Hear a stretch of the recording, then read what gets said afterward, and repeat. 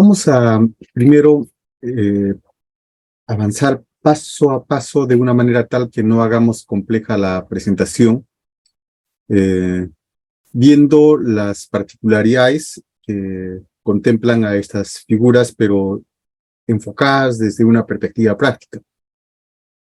Lo que sucede es que por nuestra propia formación universitaria y postuniversitaria, se adquiere conocimientos de dogmática, se adquiere conocimientos que no directamente están vinculadas con un hacer operativo. Esto es, estos conceptos no son directamente significativos para la construcción de una imputación concreta. Pero ¿para qué nos sirve, pues, toda esa dogmática de la parte especial si es que no es para calificar determinados hechos como homicidio simple u homicidio calificado, los asesinatos? No, de nada serviría, ¿no? Ciertamente la relación que debe existir entre este marco teórico es para iluminar esa teoría práctica que se traduce en la construcción de una hipótesis de imputación de homicidio calificado o de asesinato. Si no, encontraríamos lo que está un poco generalizado, por un lado, de manera compartimental, pues información relacionada a constructos dogmáticos, pero que en compartimento estanco no están atados o no están imbricados con el propio fáctico que se supone debería, pues, presentarse como proposiciones fácticas de un determinado delito. Ese es un tremendo divorcio que existe en la actualidad. La manualística de la parte especial, pues, es de manera a veces coherente y muy coherente, de manera a veces muy ilustrada, por las citas de pie de página, los problemas que tienen que ver con la teoría del delito respecto de la imputación objetiva, desde la perspectiva jacobsiana o roxiniana, pues abundan en él.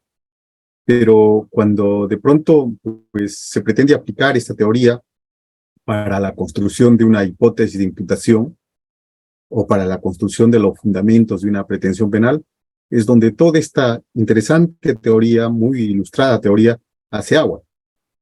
Por eso es que pues, no debemos olvidar que la práctica, la práctica forense, por cierto, práctica forense, de jueces, fiscales, abogados en sentido general que cumplen cualquier rol, pues debe estar necesariamente iluminada por esta teoría y ver cuán rendidor viene a ser esa teoría de cara a su rendimiento en la práctica forense. Cuando hago referencia a la práctica forense, me estoy refiriendo a la práctica tribunalicia, a la práctica fiscal, a la práctica de la defensa.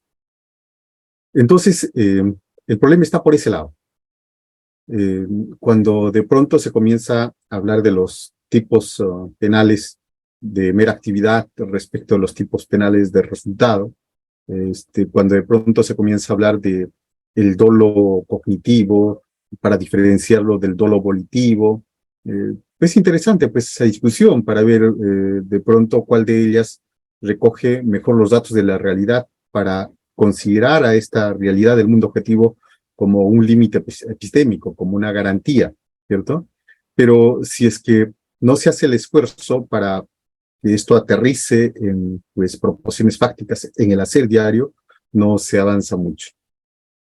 Es precisamente en estas figuras aparentemente muy difundidas donde se evidencia con mayor nitidez los problemas de la implicancia y la imbricación entre la teoría y la práctica. Por eso en esta primera parte, en la primera hora, lo que queremos desarrollar es el problema del tipo subjetivo, ¿no? Por las particulares características que tienen muchos de los homicidios calificados, ¿cierto? Lo que quiero es trabajar esa primera parte para ver cómo un determinado hecho puede ser calificado como asesinato, homicidio calificado, ¿cierto? Y cómo de pronto esto, un delito que puede ser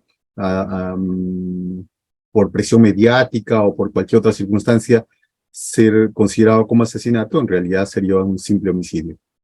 Para ello me voy a valer de unas diapositivas que me van a permitir, creo, que se comprenda de mejor manera lo que pretendo explicar. Acá comenzamos, dice homicidio calificado, tipos simétricos y asimétricos.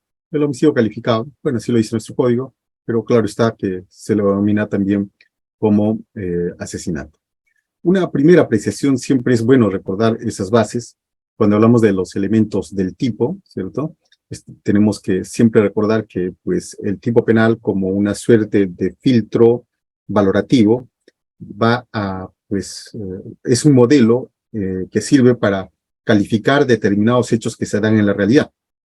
En el mundo de la realidad se presentan determinados hechos, ¿correcto? Y de lo que se trata de ver si ese acto voluntario, esa conducta, ese comportamiento del sujeto, pues se adecúa al tipo penal. Y es que el tipo penal describe pues un comportamiento y su resultado, en el caso del resultado muerte. El tipo penal describe el hacer externo y el estado mental o el hecho subjetivo del sujeto al momento de la realización del delito.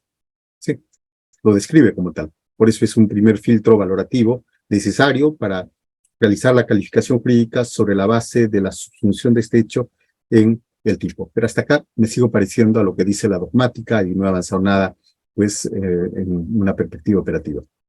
Pero es necesario siempre partir de ello.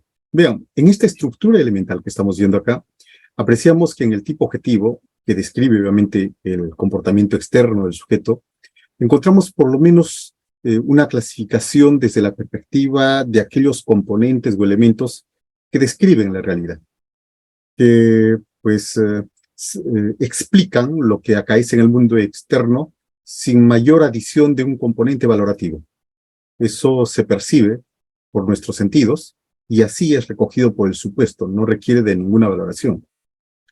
En tanto que cuando hablamos del elemento valorativo, pues este elemento valorativo que aparece en el supuesto típico va a requerir de una base, ¿cierto?, descriptiva respecto del cual tenemos que hacer una valoración. Luego vamos a regresar sobre esto. Y vamos a ver cuántos elementos valorativos o cuáles elementos valorativos pueden ser identificados en los delitos de homicidio calificado. A nivel del tipo subjetivo, encontramos acá por lo menos dos elementos. El dolo, el harto conocido dolo, con todos los problemas que presenta, y los elementos subjetivos distintos del dolo, que son aquellos elementos harto problemáticos muchas veces por su falta de comprensión y peor aún, por la falta de ser presentados en enunciados fácticos en la hipótesis del Ministerio Público o en los fundamentos de la pretensión penal, ¿no? Se hace referencia a la concurrencia de un elemento subjetivo distinto del dolo, pero solamente pues la expresión del término normativo, pero si revisamos en la imputación concreta, no encontramos ese enunciado fáctico que describa ese estado mental del sujeto al momento de la realización del hecho. Sobre eso también vamos a revisar, solamente haciendo una presentación grosso modo de los elementos del tipo objetivo y tipo subjetivo. Acá es necesario también hacer esta precisión en la comparación que tenemos entre los elementos descriptivos y los elementos valorativos. Es bueno siempre referir que tienen elementos de comparación, porque el elemento descriptivo, como bien hemos dicho, describe una realidad. Su base es explicativa, en el sentido de que puede ser percibido por los sentidos. ¿Y qué tiene de igual los elementos valorativos? Que los elementos valorativos también tienen una base descriptiva, un sustrato descriptivo. Es decir, no se puede valorar lo que no existe. Si hago referencia a un celular muy hermoso, pues tiene que existir esta cosa en el mundo, fenomenológicamente, para que respecto de ello pueda valorarlo como un objeto valioso, como un objeto estéticamente bien presentado. No puedo realizar valoraciones fuera de un sustrato fáctico. Si predico el atributo de belleza de una dama, es porque esta dama existe en el mundo de la realidad y respecto de ella hago el atributo valorativo de su belleza. Entonces, los elementos descriptivos y los elementos valorativos, por tanto, tienen en común que ambos tienen un componente descriptivo, que ambos describen. Entonces, ¿en qué se diferencia un elemento descriptivo de un elemento valorativo? Elemental. El elemento valorativo, además de la descripción, contiene una valoración. Además de la descripción, contiene una valoración. Con esto, estamos tratando de aclarar ese punto cuando de pronto, desde la perspectiva, pues muy nominal, muy etérea, normativa, algunos consideran que los elementos valorativos, claro que son los pocos, pero que ni siquiera tiene base teórica para ello, consideran que cuando se habla de elementos valorativos es una valoración por la valoración. No, no, no es así. Valoro lo que está en el mundo. Por tanto, hay una proposición fáctica que tiene que necesariamente ser valorado. ¿Valorado desde qué punto de vista? Puede ser valorado, obviamente, desde la dimensión de lo normativo, puede ser valorado desde la dimensión de lo médico, desde de la antropología, de lo económico, pero son hechos como tal. De eso se trata, ¿no?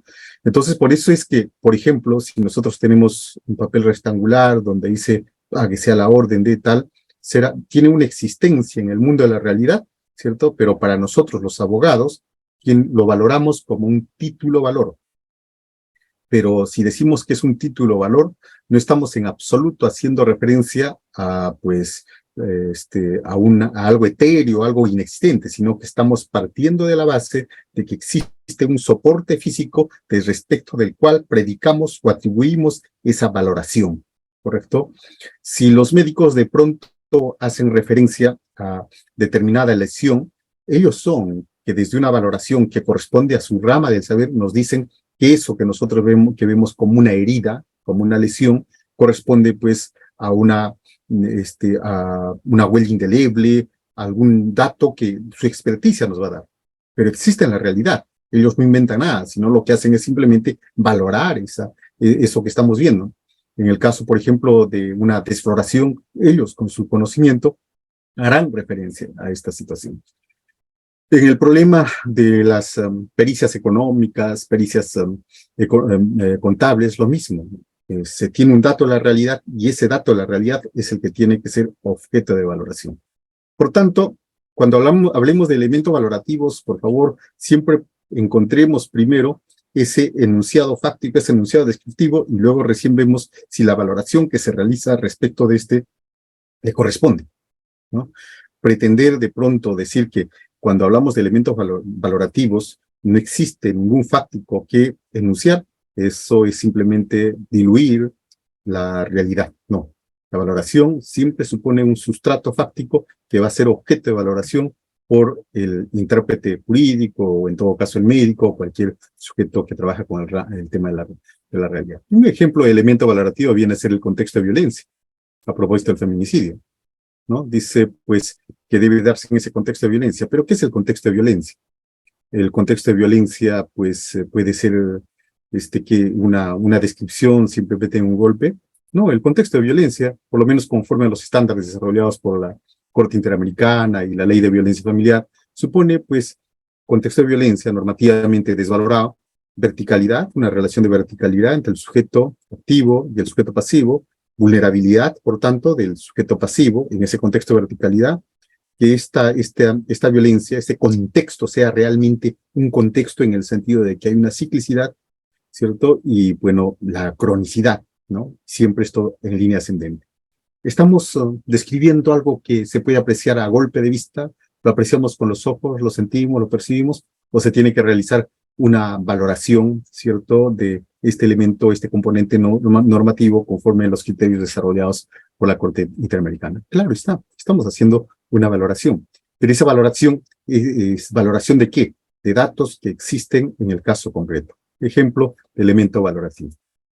Bien, acá está lo que hacía referencia a propósito de qué nos sirve todo eso lo que estamos trabajando sobre los elementos descriptivos y los valorativos. Esto es elemental, porque en el mundo de la realidad se presentan los hechos con múltiples características. En el mundo de la realidad, los hechos no se presentan seleccionados, clasificados, no.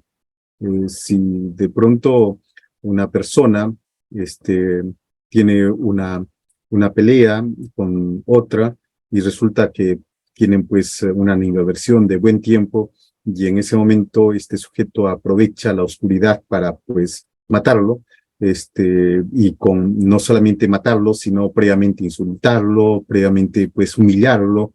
Bueno, tenemos todo un conjunto de hechos, pero que de pronto, de cara a la calificación jurídica, no va a ser necesario exponerlos en la imputación. Lo único que nos interesa es una hipótesis donde, pues, con alevosía se habría dado muerte a la persona.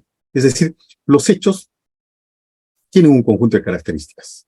Algunas son relevantes típicamente si están acá en el tipo y por tanto nos van a servir para construir enunciados fácticos o proposiciones fácticas, y algunas son irrelevantes jurídicamente, que servirá para que la prensa pues haga su negocio, difunda el aspecto de las lágrimas de la víctima, el escándalo de los vecinos, las entrevistas por el tema de inseguridad. Sí, pues los hechos se presentan así, con sus diferentes características, pero es luego el operador jurídico, sea fiscal, o sea juez, o sea abogado defensor, quien tiene que seleccionar aquellos fácticos que sí interesan para construir las proposiciones fácticas.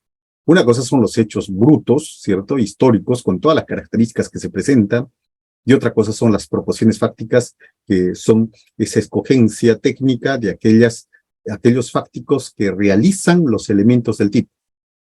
Y pues a un proceso no se llevan los hechos, a un proceso se llevan los enunciados, a las proposiciones fácticas sobre estos hechos, lo que se dice sobre estos hechos. ¿Y cómo? A través de enunciados, enunciados fácticos, enunciados de hechos. Pero ¿cuál todos los hechos? No, aquellos que realizan los elementos del tipo. Así que esto es lo que se reclama, que muchas veces se producen los hechos y bueno, tenemos acá los elementos del tipo, pero la poca competencia para construir hipótesis de imputación da lugar a que se construyan algunas proposiciones y se pretenda que se sobreentienda alguna proposición fáctica que esté relacionada sobre todo con el tipo subjetivo. Este es un tremendo problema. Por esa razón es que, pues, cuando hay todo un debate sobre el tipo subjetivo, si ciertamente el dolo se tiene que probar, o sea, el dolo se tiene que imputar, aparece pues ese problema ya acá de posicionamiento para ver si el dolo como intencionalidad debe ser objeto de prueba o solamente debe ser objeto de imputación. Una discusión, como ven ustedes, que diluye los límites de la realidad.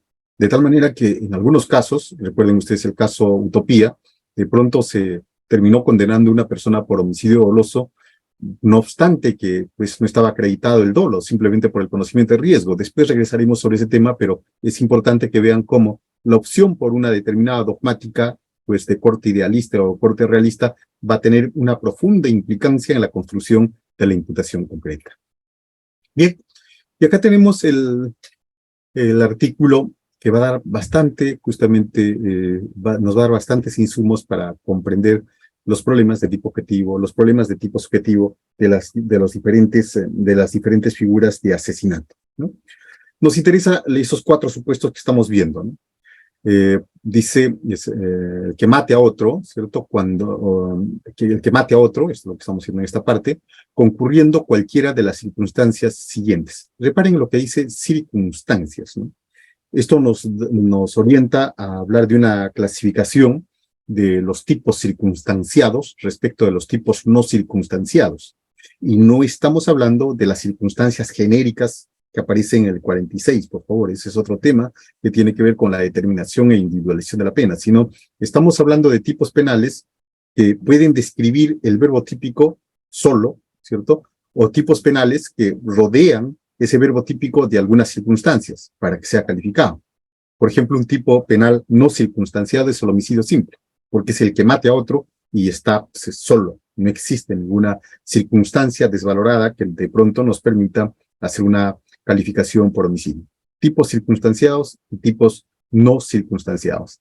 Que por cierto es diferente a las circunstancias de agravación específica, conforme lo tiene el artículo 186 para la realización del 185, ¿sí? Circunstancias agravantes respecto del 185, o el 189, circunstancias agravantes específicas para el tipo penal básico de robo, ¿no? Esas son circunstancias específicas y están vinculadas, claro, está para la determinación e individualización de la pena. Sin embargo, cuando hablamos de estas circunstancias que encontramos en el artículo 108, está referido a tipo circunstanciado porque la realización del delito conforme a esas circunstancias es lo que va a dar lugar a una mayor agravación y una mayor penalidad. Reparen ustedes que se trata de una pena no menor de 15 años, no menor de 15 años ni mayor de 35, ¿no? Bien, y en esta presentación de estas circunstancias, encontramos circunstancias objetivas, ¿cierto? Es decir, que se presentan en el mundo de la realidad como dato objetivo, circunstancias subjetivas que corresponden a los estados mentales, ¿cierto? A la subjetividad vivenciada por el sujeto al momento de la realización del delito, no se nos olvidemos ello, y hasta circunstancias mixtas, que tienen componentes objetivos y a la vez subjetivos, ¿sí? Ahora, sí tiene sentido, pues, el inicial cuadro con el que empecé, ¿cierto? Cuando estuvimos hablando de un tipo objetivo y un tipo subjetivo, hablamos de los elementos valorativos y cómo, sobre la base de ello, pues, vamos a trabajar este tema. Desarrollemos el problema de los elementos subjetivos distintos del dolo. Veamos. Esto nos obliga, primero, a hacer una diferencia entre los tipos simétricos y los tipos asimétricos. Tipos simétricos y tipos asimétricos. Pero, ¿cuáles son los parámetros para evaluar simetría o asimetría? El tipo objetivo y el tipo subjetivo. Si el tipo objetivo es abarcado íntegramente por el tipo subjetivo, si el tipo objetivo tiene 1, 2, 3 elementos, el tipo subjetivo tiene el dolo que abarca esos 3 componentes, esos 3 elementos. Simetría perfecta, conforme aparece en este primer gráfico, ¿cierto? Hay simetría. No encontramos un sobredimensionamiento del tipo subjetivo, sino que el sujeto quiso matar a otro y mató a otro, nada más, ¿no? De tal manera que ese comportamiento se adecúa al artículo 106. Perfectamente es un tipo asimétrico porque el dolo abarca los elementos del tipo objetivo. Por eso vuelvo a reiterar, si el tipo objetivo tiene 3 elementos, el tipo subjetivo, es decir, el dolo, abarca el conocimiento y la voluntad de esos 3 elementos, la voluntad de realización de esos 3 elementos. Simetría perfecta entre el tipo subjetivo y el tipo objetivo. Sin embargo, cuando hablamos de los tipos asimétricos, ya acá estamos encontrando una exigencia de asimetría. Alguno de los dos tipos, el tipo subjetivo o el tipo objetivo, se sobredimensiona. Y claro está que en estos tipos asimétricos, por lo menos en los delitos de homicidio que vamos a trabajar, lo que se hipertrofia, lo que se tiene más dimensión es el tipo subjetivo. En el gráfico, como están viendo, el tipo subjetivo es más grande que el tipo objetivo, tiene mayor dimensión que el tipo objetivo. Y en efecto, contra lo que parezca, los que de igual tienen el delito de homicidio simple con los delitos de homicidio calificado. El tipo objetivo siempre se agota en la muerte de una persona. Sí, eso se compone. Pero cuando hablamos de una tremenda diferencia con alguno de los supuestos, vamos a encontrar que, mientras que en algunos casos el tipo subjetivo se agota solamente en la voluntad de matar a una persona, en cambio, en los delitos de homicidio calificado, muchos de ellos, vamos a encontrar que además del dolo, se exige un elemento subjetivo distinto del dolo. En esta gráfica creo que va a estar mucho mejor. Acá lo tenemos. ¿Cierto? Miren, tipo simétrico. Elementos subjetivos. ¿Cuál es el elemento subjetivo del tipo subjetivo? ¿Cuál es el componente del tipo subjetivo? Por excelencia, el dolo. El dolo. Nada más que el dolo. El dolo. En los tipos simétricos. En los tipos asimétricos, ¿qué encontramos? Dolo y un elemento subjetivo distinto del dolo, como lo que estamos apreciando acá. En los tipos simétricos, el tipo subjetivo se agota en el dolo y se queda en el dolo. En los tipos asimétricos, además del dolo, se exige un elemento subjetivo distinto del dolo.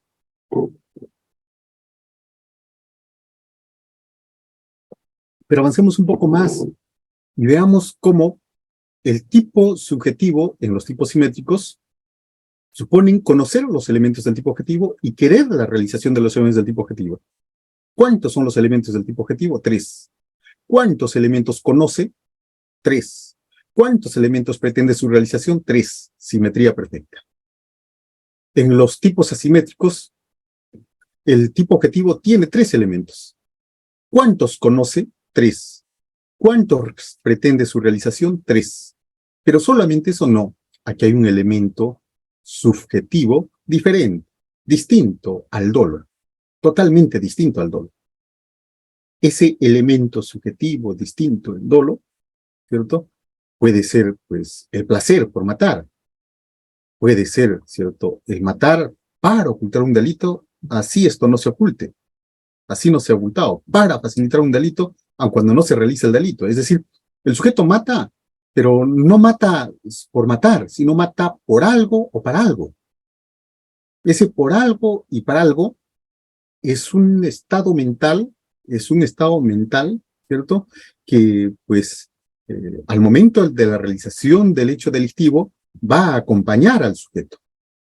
Es una particular vivencia que tiene el sujeto, lo que hace que su comportamiento sea por eso disvalioso.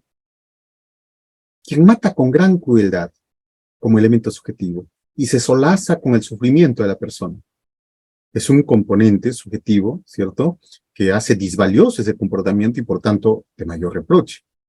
Es decir, lo que vamos a encontrar en realidad muchas veces que el dolo solamente abarca el conocer los elementos del tipo y su realización, pero lo que va a ser más disvalioso el comportamiento viene a ser el componente subjetivo distinto al dolo. Veamos en esta diapositiva, donde pues está más claro el tema y lo que estamos apreciando, digo así de manera esquemática para que se comprenda de mejor manera y luego vamos a ver cómo aterriza esto en la construcción de los elementos del tipo. ¿Qué es el dolo? Dice que es la voluntad guiada por el conocimiento de los elementos del tipo objetivo. ¿Qué es el dolo? Es la voluntad, conducida por el conocimiento, guiada, gobernada por el conocimiento, pero es voluntad finalmente. Entonces, esa voluntad es la que va a percutar la realización del movimiento externo, del hacer externo.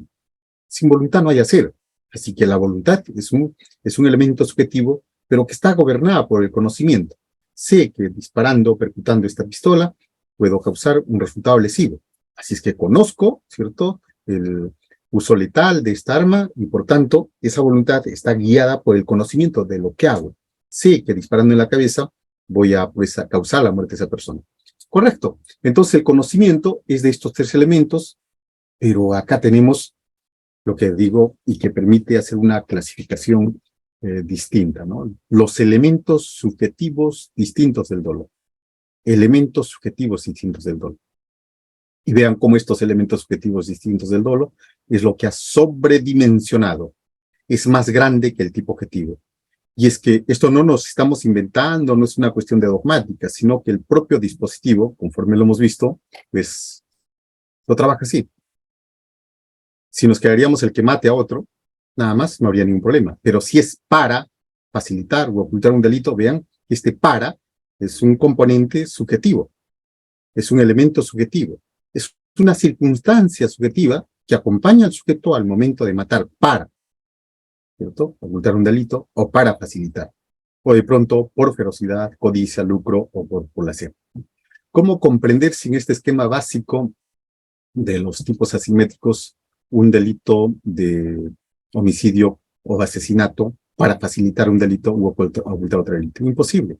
Hay necesidad, ¿cierto?, de conocer ese estado mental del sujeto al momento de la realización del delito. Si no se comprende ese elemento subjetivo como estado mental del sujeto al momento de la realización del delito, estamos con problemas. Pero aquí es donde surgen justamente los problemas a propósito de esas concepciones que pretenden señalar que el dolo o la intención no se prueba y que por tanto los otros elementos subjetivos como vivencias subjetivas tampoco se probaría.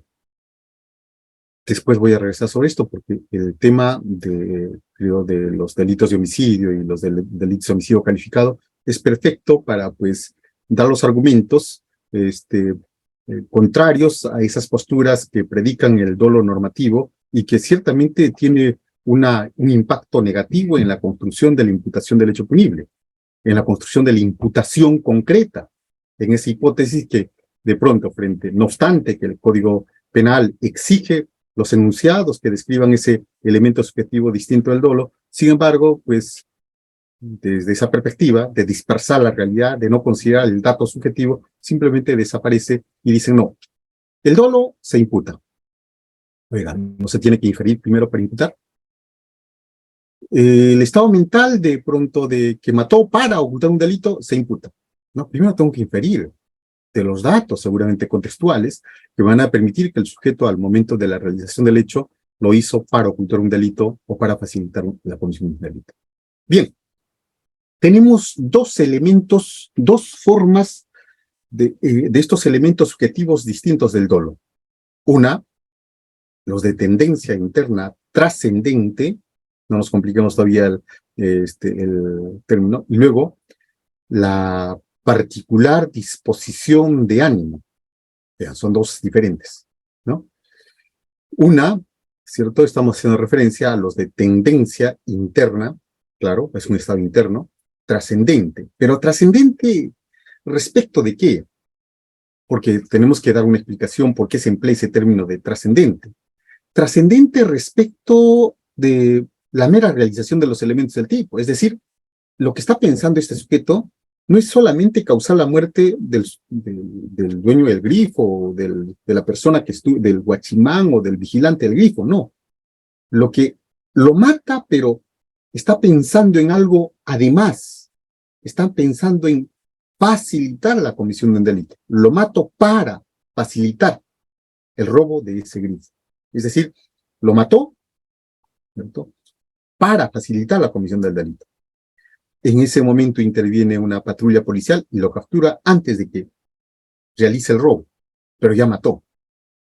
¿Hay necesidad de que se realice el robo? No, no hay necesidad de que se realice el robo. Eso era lo que él pensaba, era lo que él trascendía. Estoy matando para, decía. En ese momento él vivenciaba, daba muerte, pero para facilitar. Por eso el término trascendente está referido a que trasciende la mera realización de los elementos del tipo objetivo. Trasciende a la mera muerte de la persona. No, este sujeto está matando para facilitar un delito. O en su caso, el sujeto está hurtando en un almacén y es descubierto por uno de los trabajadores. Como esta persona es conocida por la otra, entonces lo mata, pero no solamente para darle muerte, sino para ocultar el delito que está realizando. Es decir, esa tendencia interna, esa vivencia, ese estado psicológico, ¿cierto?, hace que su comportamiento sea disvalioso, porque no lo está matando por matar, sino lo está matando para facilitar o para ocultar un delito. Esta tendencia interna trascendente tiene que necesariamente presentarse en un enunciado. Es decir, no se trata simplemente de hacer referencia a que esta persona mató y listo, sino era para facilitar la sustracción del dinero de ese grupo, para facilitar, para ocultar la sustracción de bienes de ese almacén. Así tiene que estar descrito. Y obviamente como elemento del tipo que se configura en una proposición fáctica, tiene que ser objeto de prueba. Tiene que ser objeto de prueba. Pero, doctor, ¿cómo podemos probar esos estados mentales? Claro que se puede probar, porque los elementos o las circunstancias o los indicios nos va a permitir afirmar que en efecto, ¿cierto?, esta persona pues mató para facilitar el delito o para ocultar un delito. Es decir, no porque no se vea directamente, no vamos a recurrir a elementos indiciarios para a partir de prueba indiciario inferir que esta persona lo hizo con la ultra intención de facilitar u ocultar otro delito, ¿sí? Con esa ultra intención. Ahora, inferimos esa ultra intención o tendencia trascendente para luego recién imputar. Imputar. Ah, mataste para ocultar un delito. Mataste para facilitar un delito. Pero primero hay que inferir, pues. Porque si no inferimos ese hecho subjetivo, entonces lo que estamos haciendo es dispersar ello y resulta que a la discrecionalidad del señor fiscal o a la discrecionalidad o el decisionismo del juez se va a considerar que ese delito sería de homicidio calificado porque lo hizo para ocultar un delito en forma general sin que esto en realidad haya concurrido en la representación mental del sujeto al momento de la realización del hecho. Los elementos del tipo subjetivo, sea el dolo, los elementos del tipo subjetivo, sea o elementos subjetivos distintos del dolo, no pueden ser presupuestos o solamente imputados. Requieren ser inferidos, presentados en enunciados fácticos como hechos subjetivos, para que luego sea objeto de investigación u objeto de prueba. Bien, es parte de la imputación concreta y debe ser considerado como tal. Acá tenemos esta figura, el para ocultar un delito. La anterior era para facilitar un delito, son diferentes. ¿Y cómo podemos identificar en el listado del Código Penal de la parte especial los elementos subjetivos distintos del dolo? Nos encontramos precisamente con ese término, para. Es suficiente ver ese para decir, ah, ya, acá hay exigencia de un elemento subjetivo distinto del dolo. Recordarán que en tiempos de pandemia, esta reciente pandemia, se presentó pues un tema bien interesante a propósito de los delitos de los delitos sanitarios, de aquellos delitos que exponía la desobediencia de las medidas que disponía la autoridad administrativa o la ley. Y este dispositivo era claro, suponía que el sujeto estaba infringiendo una ley sanitaria o una medida administrativa sanitaria, pero era un tipo asimétrico, porque el componente subjetivo era para difuminar el virus, para difuminar la zootipia. Es decir, si el sujeto de pronto quebrantaba o violaba una de las prohibiciones sanitarias y salía por fulvito, se entiende pues que no lo hacía para difuminar, para contagiar, para masificar el contagio. En todo caso, si no aparecía este componente subjetivo, esa era una infracción administrativa y susceptible de una sanción en su momento, pero no era jamás un delito. No era jamás. ¿Por qué? Porque le faltaba ese componente subjetivo. Recordarán que en el Callao, un personaje del espectáculo, una vedette, si no me equivoco, concurrió a una reunión con futbolistas y fue intervenida, y bueno, la procesaron por justamente este delito de violación de las medidas sanitarias. Pero ella no salió a ese lugar para difuminar, para contagiar, o sea, no iba con esa ultraintención. Esto es fácil de destacar y de apreciar cuando una persona, pues, sí tiene esa ultraintención de contagiar, de dispersar el virus, o el coronavirus, o cualquier zootipia, ¿no? En esos tiempos de crisis se podía apreciar a través de las imágenes que difundía sujetos que de pronto estaban en algún lugar y salivaban los tubos de los buses, o en todo caso trataban de escupir a algunas personas sabiéndose portadoras del coronavirus. Es clarísimo, eso sí era delito, ¿no? ¿Cierto? Porque no estaba saliendo simplemente a quebrantaba la violación de la medida sanitaria, sino lo hacía para difuminar. Y sabedores de su mal, lo que hacían era justamente escupir o tratar de contactar con otras personas para seguir difundiendo el coronavirus. Ese comportamiento sí es delictivo. Vean ustedes cómo incluso en ese caso estamos viendo la tremenda trascendencia que tiene considerar ese elemento subjetivo distinto del dolo. ¿Y qué pasó con esta vedette, esta personaje del obstáculo? Terminó con una condena de un hecho atípico, un hecho completamente atípico, porque no realizaba el elemento del tipo subjetivo para. Podía haber sido objeto de una sanción administrativa, pero bueno, la falta de una defensa adecuada y la falta de comprensión de los operadores fiscales y operadores jurisdiccionales llevó seguramente a una aplicación de un criterio de oportunidad, pero con erradas calificaciones. Y no se trata de hacer erradas calificaciones por agotar estadísticamente la persecución del delito, sino de hacer adecuadas calificaciones que correspondan realmente al caso.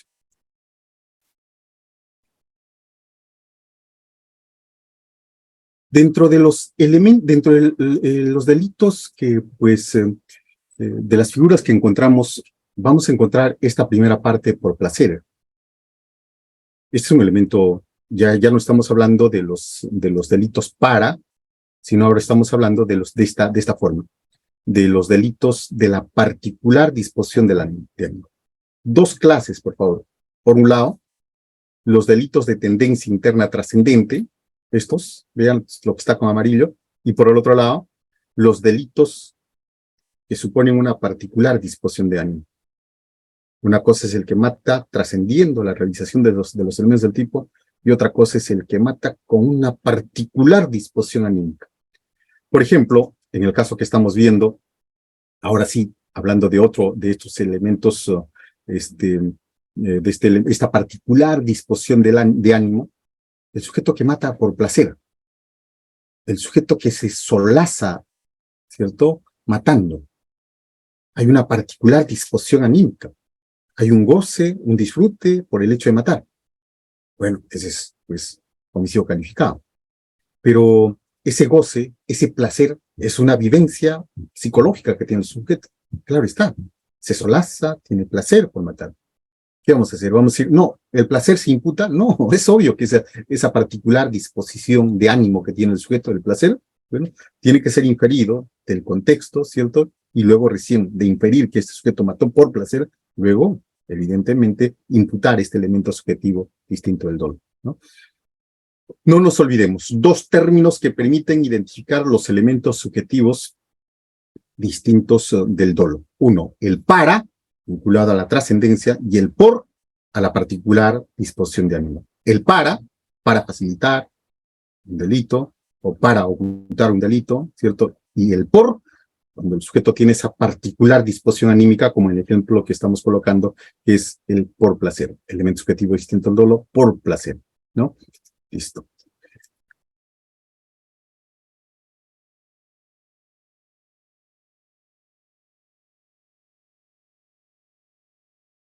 Y acá tenemos otro elemento que participa de dos componentes. Es el dolo, pero además este elemento subjetivo, este elemento subjetivo diferente del dolo, que es la crueldad. El sujeto va a causar la muerte de una persona, pero no solamente quiere causarle la muerte, no solamente quiere privarle de la vida, sino quiere matar, pero haciéndole sufrir. Lo comienza a destazar en vida, lo comienza a filetear en vida. Él es consciente de que con ello le está produciendo un dolor innecesario, pero pues es sabedor, ¿cierto?, de que con ello le está causando un dolor innecesario sabiendo que siempre tiene que morir.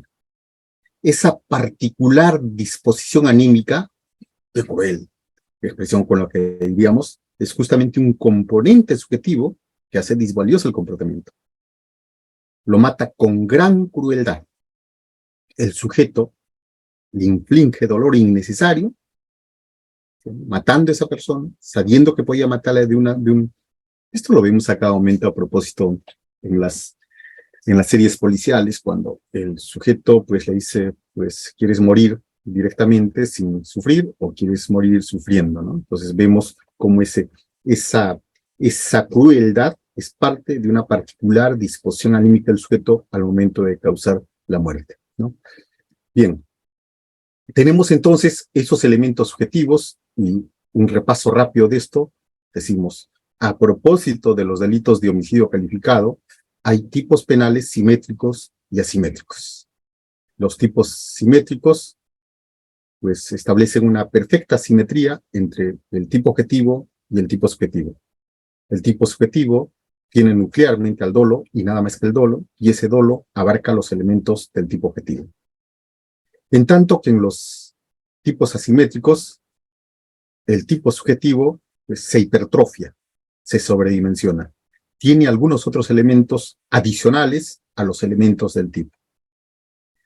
Esos elementos adicionales a los elementos del tipo son esos que se denominan elementos subjetivos distintos del dolo. Sí, con ese término bastante largo. Esos elementos subjetivos distintos del dolo admiten una clasificación: delitos de tendencia interna trascendente y delitos de particular disposición de ánimo.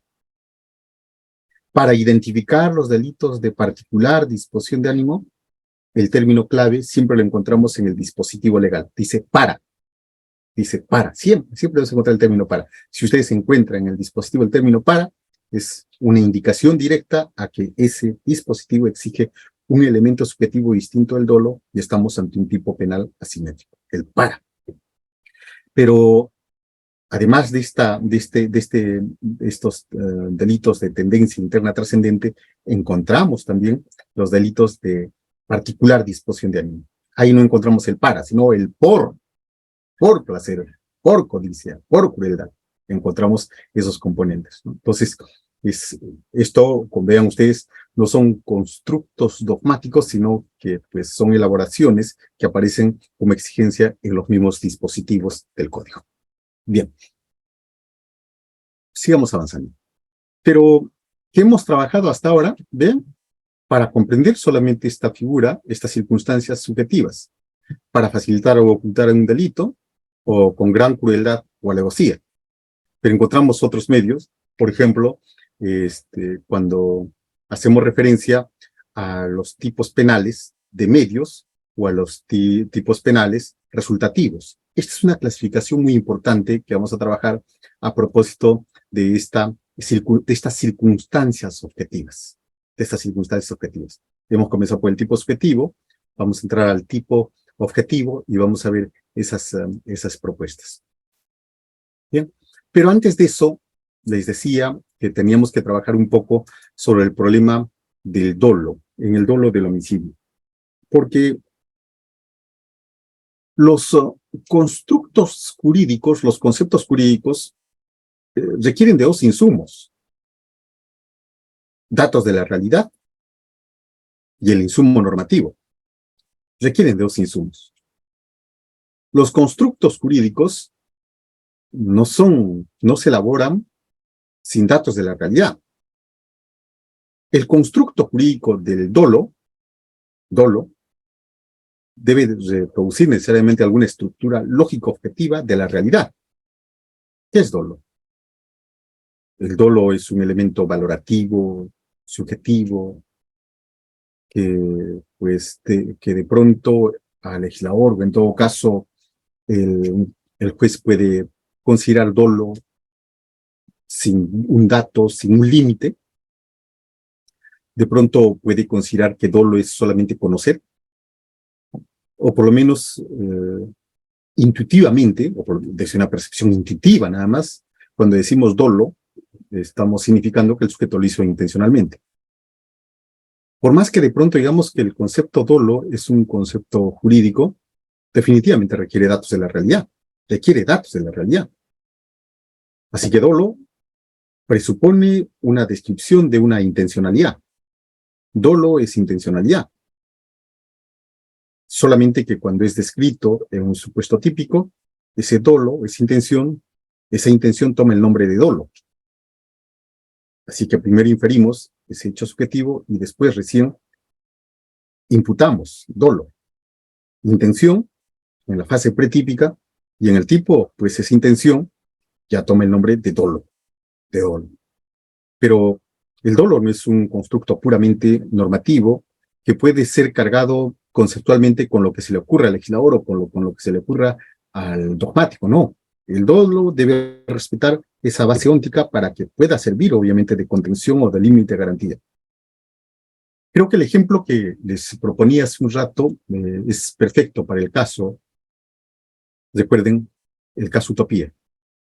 El empresario Persinor tenía esa discoteca a la que concurrían jóvenes de clase acomodada, y era una fuente de recursos para este empresario. Claro, eso obvio, si es un empresario que se dedica a ese tipo de espectáculos o de discotecas de diversión, sobre todo tratándose de jóvenes clase medieros, se entiende que tenía buenos recursos semanalmente. Así que es impensable que Persinor, el empresario, haya pretendido la muerte, ¿no? Pues por lo menos su aspiración era siempre económica con esa periodicidad. Pero de pronto resulta que se logra unas decisiones y con ello se pretendió, pues, consagrar en el Perú el famoso dolo normativo, porque ya no interesaba si Persinor tenía intención o no tenía intención de matar a las personas, porque a lo mucho podría ser un homicidio culposo. Pero bueno, ¿qué es lo que pasó acá? Dijeron, desde la perspectiva del normativismo, el dolo va a suponer ahora solamente conocimiento del riesgo. Persinor conocía que ese día había algunas puertas clausuradas, sí, por lo tanto conocía el riesgo.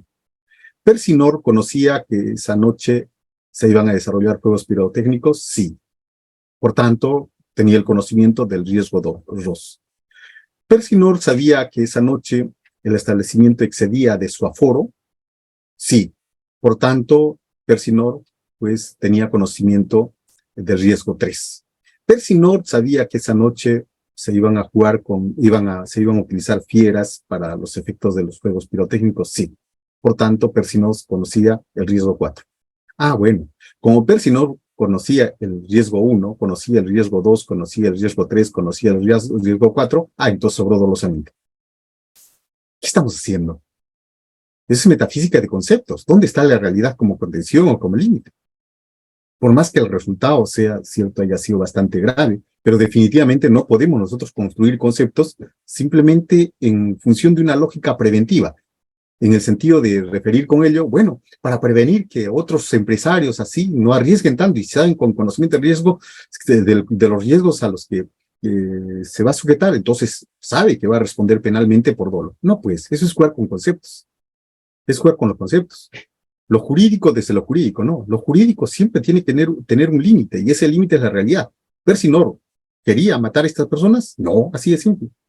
¿Quería directamente matarlos? No. ¿Quería matar? ¿Era una consecuencia necesaria de la realización de esos actos? No. Había dolo eventual en el sentido de que los actos, pues si a él le interesó un poco, que no le interesó, le fue diferente el resultado. No, porque obviamente la los ingresos periódicos que tenía respecto de la actividad que desarrollaba con esos jóvenes, por lo contrario, le aseguraba un éxito económico. Sin embargo, vean ustedes cómo en ese caso de homicidio culposo, simplemente por una decisión de los conceptos de moda, porque se hablaba del dolo normativo, del dolo cognitivo, se renunció al corazón del dolo que viene a ser la voluntad, el querer, el aspecto conativo. Inmediatamente sé que muchos de los colegas que están escuchando van a decir, caramba, este es un naturalista, este es un realista, es un ontologista. No, señores. Los conceptos jurídicos, ¿cierto? Como el dolo, tienen que tener siempre un sustrato en la realidad para que puedan servir de contención, de límite a la ejercicio del poder punitivo. Porque si no tiene ese dato de la realidad y de pronto se dice dolo o cualquier cosa distinta a lo que es la intención, entonces, ¿cuál es el límite que se puede oponer frente de pronto a una pretensión punitiva así tan expansiva como el considerar que el solamente conocimiento del riesgo pues ya supone dolo? No, pero lo valioso es que va para prevenir. El derecho penal previene. Es otra cosa. Bien, entonces, el problema está, como ven, en el que ese dolo normativo, ese dolo de moda, ese dolo que nos hace el SNOF, en realidad lo que hace es diluir la realidad y, pues, configurar un concepto desde lo jurídico y para lo jurídico, en realidad son conceptos parajurídicos, cuando no descansan en los datos de la realidad. Pero, ¿cuál fue el pretexto que pusieron los defensores de este dolo normativo? Pues un argumento totalmente contraintuitivo. ¿A qué me refiero? Decía, la voluntad no se puede probar porque es un hecho subjetivo. Es decir, si en este momento ustedes ven alzar esta taza y sorber café, no se puede apreciar ese acto voluntario, a través de esa manifestación fenomenológica de lo que estoy haciendo, no se puede inferir que realicé un acto intencional, con voluntad. Si estamos visualizando una cámara donde vemos que un sujeto está haciendo cargar de gasolina su vehículo y que de pronto, antes de que se acerque al grifero, enciende y fuga, que no podemos decir que es un acto voluntario de sustracción de ese combustible. Claro, es decir, los datos de contexto, las circunstancias nos permiten inferir esa voluntad. Bueno, lo mismo pasa con el conocimiento, que es un hecho subjetivo. Si nosotros asumimos esa postura del normativismo idealista en el sentido de que debemos abandonar la voluntad cuando construyamos el dolo, porque es difícil de probar la voluntad, lo mismo tendríamos que decir del conocimiento. Lo mismo se tendría que decir del conocimiento. Pero lo cierto es que lo que estamos encontrando es un vaciamiento de lo fundamental que corresponde a la intención al anular la voluntad. Y acá surge justamente un problema muy interesante entre a propósito de este dolo y de los elementos subjetivos del dolo que hemos visto hace un momento. El dolo a propósito del dolo, se infiere la intención para imputar dolo, se infiere la intención. Estamos hablando desde la perspectiva incluso del razonamiento probatorio. Infiero intención, dato descriptivo, para luego imputar dolo. Claro que sí, claro que sí. O imputo por imputar. O sea, son dos dimensiones clarísimas, por favor. Infiero intencionalidad, ¿cierto? Intencionalidad de matar, para luego imputar dolo. Uno, en el plano descriptivo. El otro, en el plano valorativo. Es igual que los criterios de imputación objetiva. Hay un resultado de muerte, ¿correcto? Causado por una acción. Pero para que pueda imputar este resultado de muerte a esta acción, hay necesidad de utilizar los criterios de imputación objetiva. Por un lado, datos descriptivos, acción que causa un resultado, y por el otro lado, elementos valorativos de imputación objetiva para decir, esa acción ha creado un riesgo jurídicamente relevante que determinó este resultado. Por tanto, este resultado de muerte lo imputo objetivamente a esta acción. Lo mismo. Si voy a imputar objetivamente el resultado, es porque previamente hay una relación de causalidad, por lo menos en las tesis roxinianas. Lo mismo pasa con la imputación del dolo. No imputo por imputar, sino que previamente debo inferir esa intencionalidad para luego recién imputar el dolo. Y con esto, pues, eso no es clasicismo, no es naturalismo, eso no es biologismo, sino simplemente respetar las estructuras lógicas para que la verdad opere como una garantía limitante. Bien, acá en estas diapositivas justamente estamos tratando de trabajar esto, ¿no? La imputación del tipo objetivo, las proporciones fácticas, la imputación del dolo, ¿cierto? Acá tenemos la idea, justamente el tema de qué es lo que aparece en la cabeza de este sujeto, ¿cierto? Imputación del dolo, imputación al tipo objetivo, dejamos de lado esto rápidamente para construir, y resulta que en la imputación del dolo tenemos acá que hay estos datos y por inferencia inductiva podemos llegar a imputar este dolo. A ver, vamos a ver un claro ejemplo para que veamos un supuesto de homicidio donde se tenga que imputar el dolo. Un ejemplo muy bonito de un caso pero recreado, ¿no? Es el granjero de un lugar rural que cría cuyes. Cría cuyes. Pero de pronto descubre que se está dañando alguna de las jaulas donde cría los cuyes y están muriendo. Alguno de ellos se encuentra pues que algún gato o algún animal está haciendo estragos con los cuyes. Así que una de esas noches pues comienza a hacer vigilancia con una escopeta que tiene y de pronto ve que un bulto está emergiendo por el muro. Dispara y de pronto siente el peso seco de algo que cae al otro lado. Se va a descansar tranquilo y al día siguiente va a ver el resultado justamente del disparo y encuentra el cadáver de un hombre, un joven, que era el enamorado de su hija, la joven hija del granjero. Entonces, acá viene ya un problema de imputar dolo, no, va a depender de las circunstancias. Porque resulta que este granjero había comunicado a otras personas que tenía conocimiento que el enamoradito o el enamorado de su bella hija ingresaba a su domicilio aprovechando la oscuridad de la noche. Eso le había dicho. Y que le iba a dar una lección. Eso le había dicho una persona. Y lo ponemos en este caso. ¿Le imputamos homicidio culposo o le imputamos homicidio doloso? Todo va a partir, obviamente, de las circunstancias externas.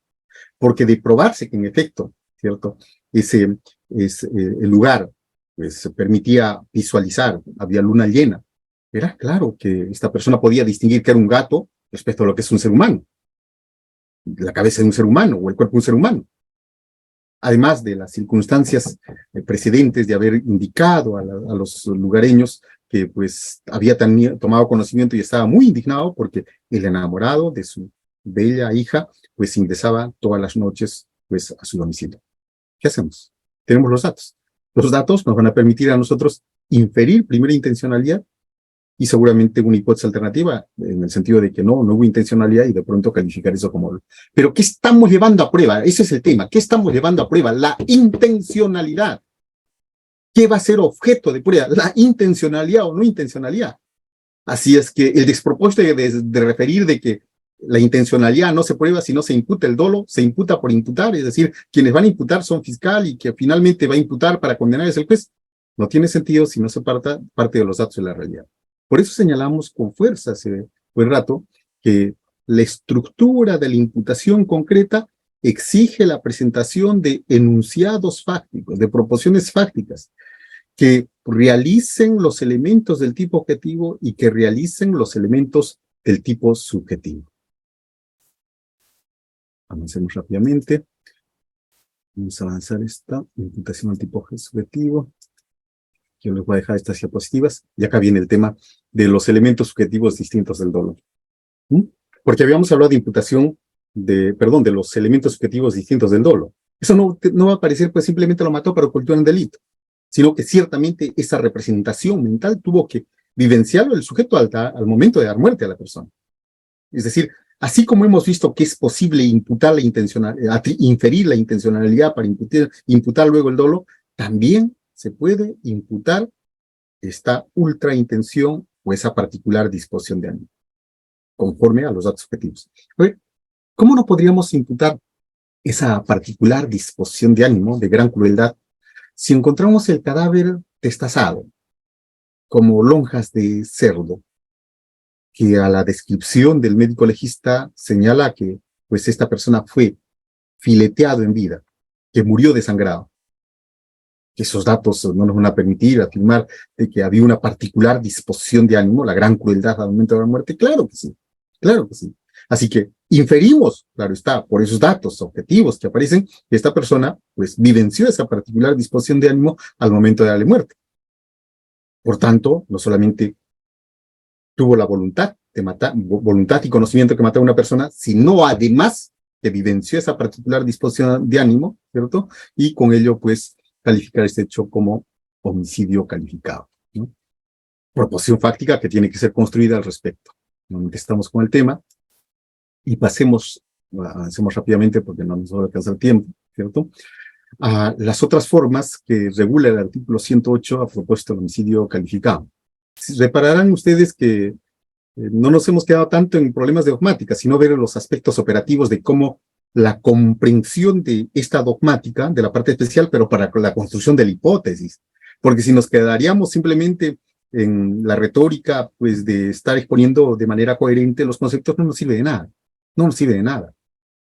Si estamos trabajando con esto para que esta teoría, pues, apunte a una operatividad, para que pueda ser objeto de construcción de adecuadas hipótesis de imputación, que sean el núcleo de la formalización de investigación preparatoria, que luego esa hipótesis pase a ser fundamento de la pretensión penal. Para eso, porque si no de nada serviría. Y ese es un gran problema, estimados autores, porque lo que sucede, y esto es una reflexión antes de pasar a la otra parte, señores, una reflexión fuerte. Un tribunal se integra por un tribunal de jueces superiores, está integrado por 3 jueces superiores, y creo que es una exigencia, y eso lo conversamos con los colegas, pero a veces no llegamos a consensuar, que por lo menos si se trata de un colegiado debería tener un solo formato y una sola práctica en el modo de redactar sentencias. Lo que ha pasado en una decisión en la que participé, pero por favor no voy a el nombre, no quiero que con esto eventualmente genere alguna situación, me voy a la forma, es que se hizo una latosa, tediosa, extenuante, tortuosa lectura de sentencia, donde los jueces que no éramos ponentes tuvimos que ayudar al juez ponente e incluso superar unas extensas hojas que tienen que ver con la ratio, con el obiter dictum, que supone aquellas partes que solamente ilustran, para poder avanzar. Porque las más de 384 páginas de esa sentencia, si se hacía una lectura completa como inicialmente pretendía el juez ponente, hubiéramos terminado a las 5 de la mañana. Y esa es una forma burocrática, ¿cierto? Es una forma nada deseable, puesto que con ello se está sometiendo no solamente a tortura al condenado, sino todos sufren. Y una lectura de una sentencia debe ser ágil, debe ser solamente con las razones centrales, porque la sintaxis de una lectura oral es completamente diferente a la sintaxis escrita. Claro está, es tan clarísimo. Pero hay jueces que todavía tienen un paradigma en el sentido de que puede surgir alguna causal de nulidad. No, porque si la sentencia está redactada como tal, se entiende que el resumen expositivo en síntesis de las razones centrales es fundamental. A los 2 días expedimos otra sentencia, Mación, de solo 15 páginas, donde precisamente tratamos de hacer de lo que suponemos correcto, ¿cierto? Una rápida lectura de 15 minutos y la notificación inmediata de la sentencia. Por favor, es un pie de página. Digo esto porque normalmente en esas extenuantes lecturas a veces no se hace esas valoraciones que corresponden a los medios probatorios de manera sintética en función de la hipótesis, sino que los especialistas lo que hacen es reproducir casi toda la declaración de todos los testigos como si la sentencia fuera una suerte de reproducción exhaustiva de todas las actuaciones. Absurdo. Absurdo. La sentencia debe contener solamente la ratio decidente, y si hay algunos argumentos o conceptos que van a ilustrar, pues pie de página, pero nada más.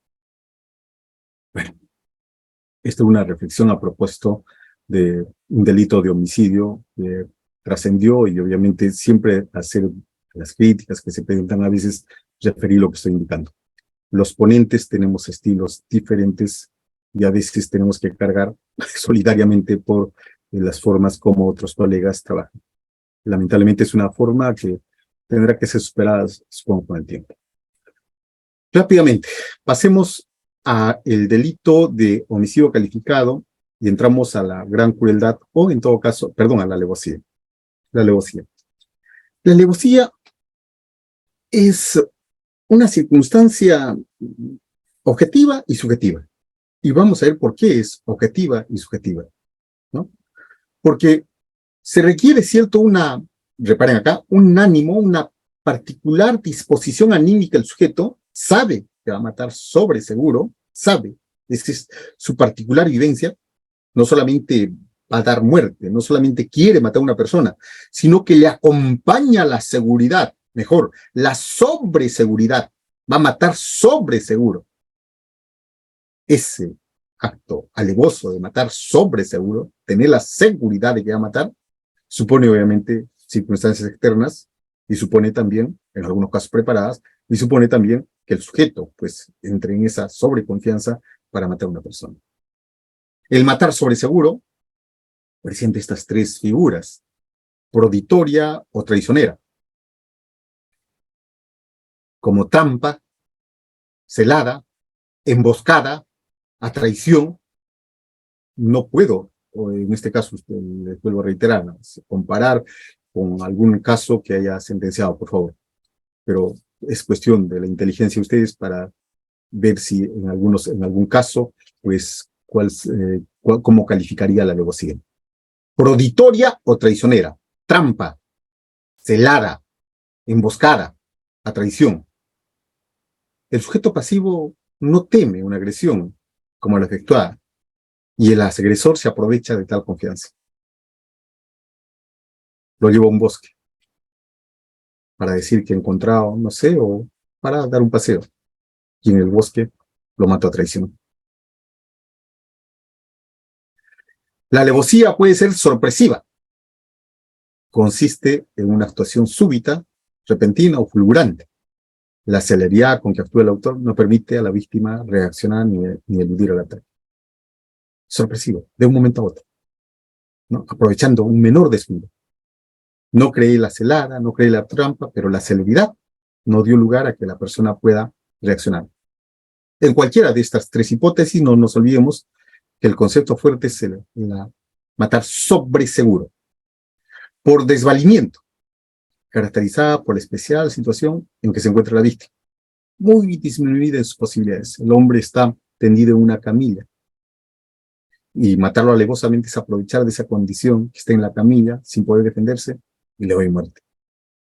Sin posibilidades de defensa, niños, ancianos, poner una almohada en la cabeza de la persona que está durmiendo, se aprovecha de ese desvalimiento de la víctima para causar la muerte. Cuando habíamos indicado que en la alevosía concurren pues elementos subjetivos y elementos objetivos, y no solamente elementos subjetivos como los que anteriormente habíamos visto, está claro. Por ejemplo, en la proditorio traicionera, lo que se presenta en la dimensión objetiva es pues la emboscada, la trampa que se genera objetivamente, eso es lo objetivo, y lo subjetivo, para que sea mixta, es esa particular disposición anímica de obrar sobre seguro, Entonces, sí, pues, la alevosía es una circunstancia que tiene características de ser objetiva y subjetiva, y que para los efectos de la calificación tienen que configurarse ambos. Bien, alevosía, la gran crueldad participan de estas características, para ir agotando este tema. Pasemos ahora a los otros delitos por fuego, explosión o cualquier otro medio.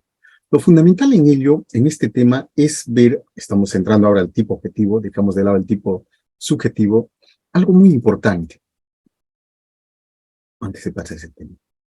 Los delitos conforme al tipo objetivo pueden ser delitos de medios o delitos resultativos. Cuidado, por favor, con esa clasificación de delitos de mera actividad respecto de los delitos de resultado.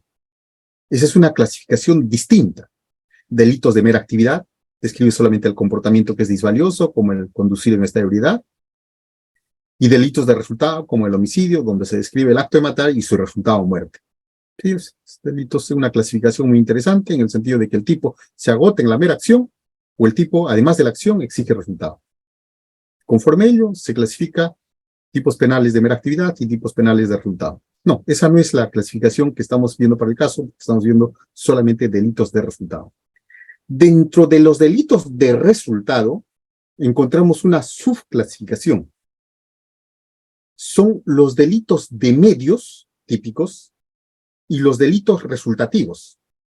Reitero nuevamente, dentro de los delitos de resultado lesivo, encontramos una subclasificación. Delitos de medios típicos y delitos resultativos. Ejemplos. Un delito de resultado resultativo, en esta subclasificación, es el delito de homicidio simple. Si hacemos una lectura del artículo 106, no vamos a encontrar en absoluto, ¿cierto?, un medio típico. Es que mate a otro, de cualquier manera, con azúcar para el diabético, no sé, con una fuerte imprensión, sabiendo que la persona adolece de un mal cardíaco, cualquiera sea el medio. Esos son los delitos resultativos, cuando el dispositivo típico no exige un medio expreso. No lo exige. Pero por el otro lado encontramos los delitos de medios típicos. Cuando de pronto el dispositivo exige estos medios típicos y están circunstanciados como tal, pues esta concurrencia de los medios típicos funciona como una cualificante. Ya se imaginan de qué estamos hablando. Estamos hablando de estos medios típicos. 108. El que mate a otro por fuego, explosión o cualquier otro medio capaz de poner en peligro la vida o la salud de otras personas. ¿Cuál es el medio típico para matar? Fuego. ¿Cuál es el medio típico para matar? Explosión. ¿Cuál es el medio típico para matar? Acá, una aceptación de analogía, pero vinculada al fuego o explosión, o cualquier otro medio, pero con la aptitud o capacidad para poner en peligro la vida o salud de otras personas. Listo. Estas circunstancias, porque son circunstancias, no nos olvidemos, recuerden esa clasificación inicial, tipos circunstanciados y tipos no circunstanciados. Tipos no circunstanciados, el homicidio simple. Tipos circunstanciados, el homicidio calificado. Tipos circunstanciados por circunstancias subjetivas, las que hemos visto anteriormente. Tipos circunstanciados por circunstancias objetivas, las que estamos viendo ahora. Así es que el homicidio calificado por fuego, explosión o cualquier otro medio capaz de poner en peligro la vida o salud de las personas es un tipo circunstanciado objetivamente.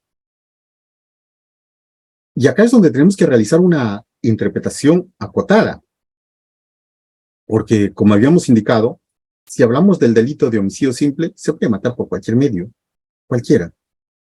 Pero cuando se mata por fuego, explosión o cualquier otro medio,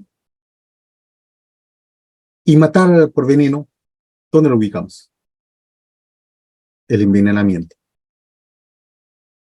Por ferocidad, codicia, lucro, para facilitar o ocultar otro delito, con gran crueldad o alevosía, por fuego, explosión o cualquier otro medio capaz de poner en peligro, ¿no? Acá no colocaríamos el tema de matar con veneno. A lo mucho podría ser una muerte, ¿cierto? Si es que lo queremos de alguna manera vincular a un homicidio alevoso por matar sobre seguro. Inyectar a una persona una dosis de veneno estando pues en su cama.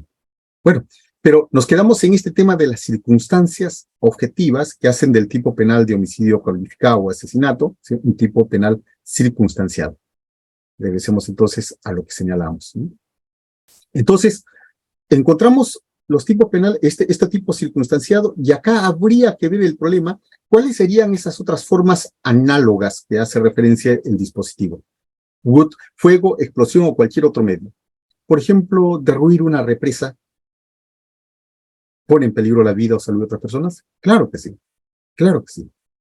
Cuando de pronto, independientemente del fuego, independientemente de la explosión, solamente con sacar un ladrillo o de pronto desestabilizar un gran dique, se puede poner en peligro la vida de las personas.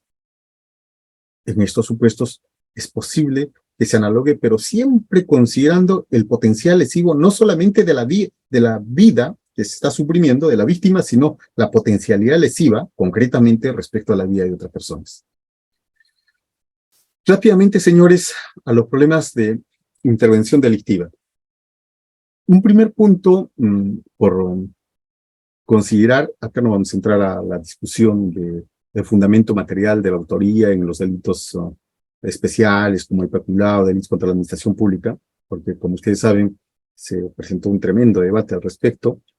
Acá no tenemos ningún problema porque pacíficamente está aceptado que el fundamento material, por qué a una persona se le puede atribuir autoría, coautoría, autoría inmediata, es que tiene el dominio. Tiene el dominio. Pero no mistifiquemos el concepto de dominio. Dominio es gobierno. Dominio es la posibilidad de una persona de gobernar su hacer. Esto es dominio. Alzar, tengo el dominio de mi acción. Tengo el dominio. Como yo tengo el dominio de mi acción, obviamente, cualquier cosa que pueda realizar con pleno dominio es porque tengo dominabilidad, ¿cierto? Y esa dominabilidad es una característica del sujeto en el sentido de que pues, tiene un componente subjetivo que le permite dominar su acción o su comportamiento. Pero ¿a qué viene ese tema? ¿Qué pasa si le entregamos a un jovencito de 18 años que no ha prestado servicio militar obligatorio, le entregamos una ametralladora o una bazooka para que haga un disparo? Probablemente un militar entrenado en ello utilizará y con ello puede, pues, matar personas. O una granada a una señorita. Se matará ella sola. La dominabilidad exige necesariamente la posibilidad de que el sujeto comprenda la posibilidad de dominio. Dominabilidad. Fundamental, dominabilidad. Si no hay dominabilidad, no hay dominio del hecho. El dominio del hecho, por tanto, tiene un aspecto objetivo y tiene un aspecto subjetivo. Dominio, como dicen ustedes, ¿sí?, Eso es, sí, dominio de la acción. Cuando percuto o gatillo, hay un dominio, ¿correcto? Y con ello, pues, se configura ese fundamento material de por qué debo responder como autor. El dominio de la acción, el gobierno de la acción, de la conducta de uno mismo. Bien, pero ese dominio del hecho, ese dominio de la acción, tiene tres manifestaciones, y esto no está en discusión porque incluso de ley el ATA, así está previsto en el artículo 23.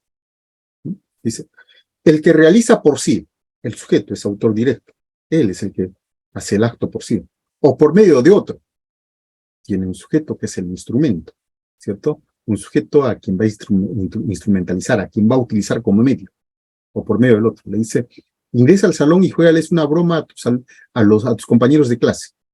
El muchacho ingresa, ¿cierto? Y apaga la luz, pero resulta que tiene un dispositivo que hace explotar y muere toda la clase. Pero el muchacho se salva. ¿Pero quién es el autor? Es obvio, el sujeto que tenía el dominio de la voluntad del otro estudiante, del que percutó, del que apretó el, este, la, el aparato para prender luz, ¿no? ¿Cierto? Entonces, lo que estamos viendo acá es dos formas de autoría. Una, el dominio que pueda tener yo respecto de mis acciones, al acuchillar, al disparar, al utilizar un hacha para matar, y el dominio que pueda tener sobre la voluntad de otra persona. Las formas como puedo dominar la voluntad de otra persona son varias. Una de ellas es aprovechar de un inimputable. Otra es el engaño. Hay diferentes formas. E incluso acá tenemos otras formas que tienen que ver con los aparatos organizados de poder. El dominio sobre una organización, donde los sujetos que son instrumentalizados también pueden responder, pero son fungibles. Pero eso no es el tema. No estamos trabajando sobre los aparatos organizados de poder, sino solamente estamos hablando en el sentido clásico de cómo en los delitos de homicidio no cabe duda que el sujeto tiene el dominio de voluntad de la otra persona para la participación. Pero la otra figura que tiene que ver con algo que me recomendó el doctor, el coordinador del grupo, es que les diga de qué se trata cuando hablamos de imputación recíproca. Y eso tiene que ver justamente con el problema de la coautoría. El dominio ya corresponde a un conjunto de personas, tres, por lo menos. Pero para que haya coautoría, no se trata simplemente de ver una pluralidad de sujetos y decir, aquí tenemos un supuesto de coautoría, no. Se requiere que cada una de las exigencias que plantea la dogmática, ¿cierto?, se presenten en proporciones fácticas, en el sentido de que hubo una planeación previa, un acuerdo previo entre ellos. En ese acuerdo previo se realizó una distribución de roles y luego la ejecución fue conjunta y el aporte esencial, el aporte de cada uno de ellos fue esencial para la causación de resultado. Si la respuesta es afirmativa para cada una de las tres preguntas, entonces estamos ante un supuesto de coautoría, donde la realización del acto de uno de ellos se imputa recíprocamente a cualquiera de los que han intervenido. Pero esto no debe quedar simplemente como concepto, sino hay necesidad, ¿cierto?, de que se presenten esas proposiciones fácticas. Tal vez no de una manera, no se podrá describir tal cual como sucedieron los hechos, pero por lo menos con los datos indicativos es posible referir. A ver, veamos un caso de robo o hurto. Por inmediaciones de la Plaza 2 de Mayo se interviene una furgoneta. Dentro se encuentra un sujeto que está conduciendo, es detenido. Al lado de él se aprecia una cizalla. Atrás se encuentran artefactos eléctricos con signos de haber sido desprendidos recientemente, y a otro sujeto que se encontraba encapuchado, ¿correcto? Y listo. Ya tenemos esto y pues, son trasladados a la comisaría de San Andrés, y en ese momento aparece el agraviado y refiere que en efecto esos son sus artículos y trae los documentos como tal. ¿Les imputamos como autores o coautores? Tenemos datos para construir una tesis de coautoría, adicionamos un tercer sujeto para que esto sea más pleno. Y en efecto, conforme a esos datos iniciales, podemos hacer una suerte de reconstrucción de cómo se habrían realizado los hechos. Primero, el sujeto que conducía el vehículo, en efecto, ya tenía un rol específico, conducía el vehículo. Quien tendría que ingresar al interior del inmueble era el otro sujeto que estaba encapuchado por las propias características. Ya hay una distribución de roles. Pero para que lleguen a ese lugar, es evidente que tuvo que realizarse una planificación previa, correcto. Planificación previa, distribución de roles, y es evidente que el aporte para la realización de este delito de hurto era esencial en cada uno de ellos, porque si solamente ingresaba un sujeto, desgajaba los cables y sacaba los bienes para cargarlos a la furgoneta, ¿cierto? Pues, ¿y quién conducía el vehículo? ¿Quién podía estar esperando en la parte de afuera para prevenir de cualquier incidencia que se pueda presentar? Es clarísimo que los datos objetivos permiten toda una reconstrucción de lo que se habría planteado, y esto tiene que ser propuesto con proporciones fácticas. Es decir, la imputación concreta debe realizar o debe vincularse a ese concepto de coautoría. Pero, ¿qué es lo que estamos apreciando? Lo que se aprecia normalmente es que suficiente con ver pluralidad de sujetos, independiente de que pueda ser otra suerte de autoría. No hay coautoría, simplemente coautoría. Peor todavía en estos tiempos de punitivismo desbordado. Pluralidad de personas, organización criminal. Cuando la organización criminal es un tipo penal, pues que exige muchas toda una estructura de manera adecuada, que no es el caso ahora trabajar, pero no es, ¿no? Entonces, cuando hablamos, vuelvo a reiterar, de la autoría en los delitos de homicidio calificado, estamos hablando de un dominio que se expresa en esas tres dimensiones. Realiza por sí el acto, realiza por medio de otro, o en todo caso, la última figura, la coautoría, hay una comisión conjunta de este hecho. Comisión conjunta. Bien, en cualquiera de estos supuestos se debe necesariamente presentar las proposiciones fácticas para que sea objeto de investigación, si es una hipótesis, o en todo caso sea la hipótesis que sostenga la pretensión penal si ya estamos en el control de acusación. No hay otra posibilidad, pues, de realizar esa calificación. Ahora, lo que tenemos es el hecho punible, y de lo que se trata es precisamente la imputación de ese hecho punible. Cuando normalmente vemos a través de los medios de comunicación el cadáver de alguna persona muerta, cuando, claro, estoy redundando con esto, o vemos de pronto un homicidio, las cámaras aprecian, lo que estamos viendo es el hecho punible. Lo que se visualiza por los medios de comunicación es el hecho punible, que vendría a ser una suerte de variable dependiente. Pero lo que falta es la otra variable. ¿Quién lo mató? Lo que nos falta es esa imputación, pero es una imputación normativa, no es una imputación libre. No imputamos a una persona la realización de este hecho por mentiroso. No imputamos a la imputación de este hecho impunible por incoherente. No imputamos este hecho punible a la muerte porque, pues, esta persona juega pulvito en el mismo lugar donde, pues, hay personas que se dedican a este tipo de hechos. No. No es una imputación hechiza artesanal, es una imputación normativa y cualificada. Si imputo este hecho punible, va a ser a título normativo de autor directo, autor mediato o coautor, de tal manera que esa imputación supone proposiciones fácticas calificadas como tal. Pero el gran problema que encontramos normalmente en las imputaciones que realiza el Ministerio Público como hipótesis abundantes fácticos sobre el hecho punible. Y sobre la imputación, pues uno que otro dato, pero que no terminan por expresar de manera clara. Por eso es clarísimo lo que dicen, pero dime, ¿qué he hecho? ¿Qué participación? ¿Cuál es el nivel de intervención que he realizado? Porque acá tienes abundante información respecto a ese hecho, pero ¿cuál es la imputación que se realiza en mi patrocinado? ¿Cuál es la imputación como autor, coautor? Y si dices que es coautor, a ver, exprésame las proporciones fácticas que, por lo menos, hipotéticamente planteen esa planificación, ese reparto de roles y el aporte esencial de cada uno de ellos. Que lo digan. Pero no se puede de ninguna manera referir el hecho punible e imputar por mentiroso, por relación amical, porque es el conviviente, porque es el amigo, o por los actos de investigación científica que realizan. No se puede realizar eso. Y ese es un gran problema. Ese es un gran problema.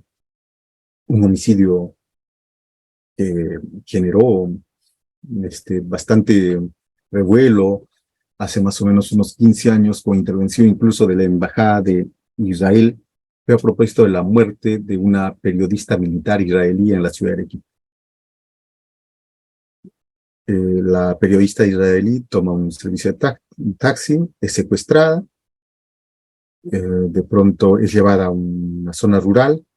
Algunos campesinos de lejos vieron que dos sujetos bajaron de ese vehículo, que sacaron a rastras a la periodista y abusaron sexualmente y le causaron la muerte. Eran dos, nada más. La presión que se generó porque se trataba de una ciudadana extranjera, con intervención directa de la Embajada israelí, hizo que un equipo especial de homicidios desde la ciudad de Lima se desplace a la ciudad de Arequipa y se desarrolle una investigación. Pues, y resultó que en menos de una semana no cayeron dos, cayeron 5. Y no sabemos esos otros 3 de dónde aparecieron. Se formalizó denuncia, estamos hablando con el viejo código.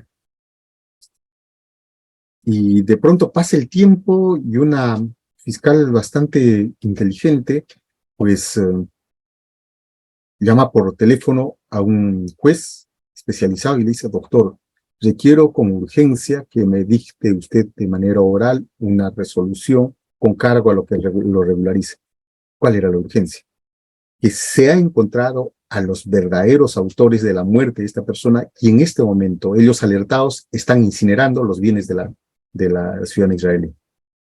El juez, apropiadamente, lo que hace es dictar una resolución in voce, grabado para que luego sea transcrito, y la fiscal ingresa con la policía. Y en efecto, encuentran que el sujeto estaba quemando el pasaporte y otros enseres que pertenecían a la víctima. Bueno, es intervenido él, pero no intervienen solamente esta persona, sino a otras 7 personas. 7 más 5 son 12. Y se hace un requerimiento incluso de detención en ese tiempo, poner la prisión preventiva con estas personas. El juez le dice en todo caso que describa cuál es la imputación respecto de este sujeto homoerótico, le decían, que era la persona que había causado la muerte, porque pues, las descripciones coincidían y a él se había encontrado todos los enseres, pertenencias de la periodista israelí, pues no había ningún problema. Pero los otros, ¿qué tenían que ser ahí? Y créame, la imputación que presentó después la policía fue que estas personas estaban probablemente involucradas en el delito porque asistían a una discoteca, un chichódromo llamado El Quilombo. ¿Cómo? O sea, ¿se le imputa por bailarín de chicha? ¿Porque concurre en ello? Regrese, señor. Así es que regresa nuevamente y con una detención preliminar incluso un poco abusiva. Ya tenemos, ahora sí, las razones por qué están involucradas estas personas. Porque juegan fulbito de un pueblo joven muy delgado y ahí es donde se reúnen normalmente las personas que se dedican al secuestro al preso. Ese es el tipo de imputación normativa. Se percatan y cómo esto de pronto puede ser comprado de recibo, no filtrado por el Ministerio Público. Ese es un gran problema. Abundancia de información respecto del hecho punible, débil información respecto de la atribución de la imputación. Y en los homicidios calificados, pues lo que vemos es generalmente esto. A veces los cuestionamientos que realiza policía y Ministerio Público frente a la exigencia de una imputación concreta es decir, ¿pero acaso tenemos una cámara? No requieres una cámara, lo que requieres es un razonamiento probatorio para que puedas inferir sobre la base de estos indicios. Y es que gran parte de los delitos, fundamentalmente de sangre, se cometen pues en la clandestinidad. Y lo que se va encontrando son vestigios, a partir de la cual el Ministerio Público tiene que reconstruir una hipótesis. No se le está exigiendo prueba directa, sino simplemente ese esfuerzo de razonamiento en la construcción de la imputación. Tenemos 20 minutos para conversar, señores, sobre esta interesante figura del homicidio. Muchas gracias. Excelente, maestro. Muchísimas gracias, estimados participantes. Todos han estado atentos, ciertamente, y bueno, vemos que sí, porque Tenemos a Juan, activó su cámara, a Leo, a Emilio.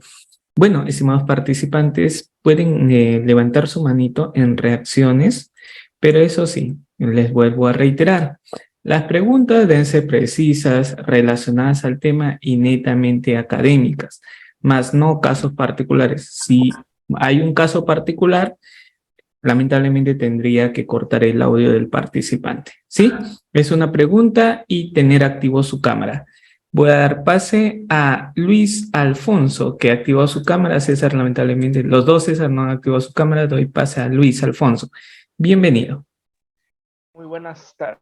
Muy buenas noches a todos ustedes. Soy el licenciado Luis Alfonso Calderón Arriaga, aquí de México, Ciudad de México. Primero exponiendo excelente la ponencia del doctor. Y mi pregunta es muy concreta.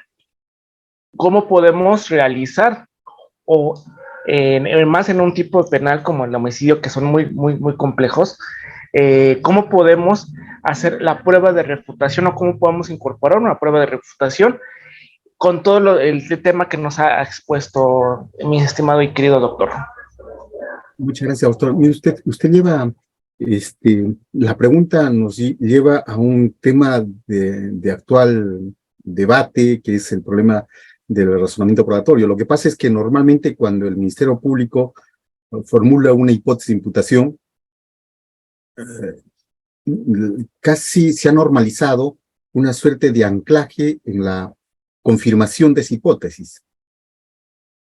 Y acá en el Perú, cuando se formaliza investigación preparatoria, se entiende que los señores fiscales deben actuar con objetividad, de tal manera que deben admitir cualquier acto de investigación para refutar o confutar la hipótesis que el Ministerio Público pretende corroborar.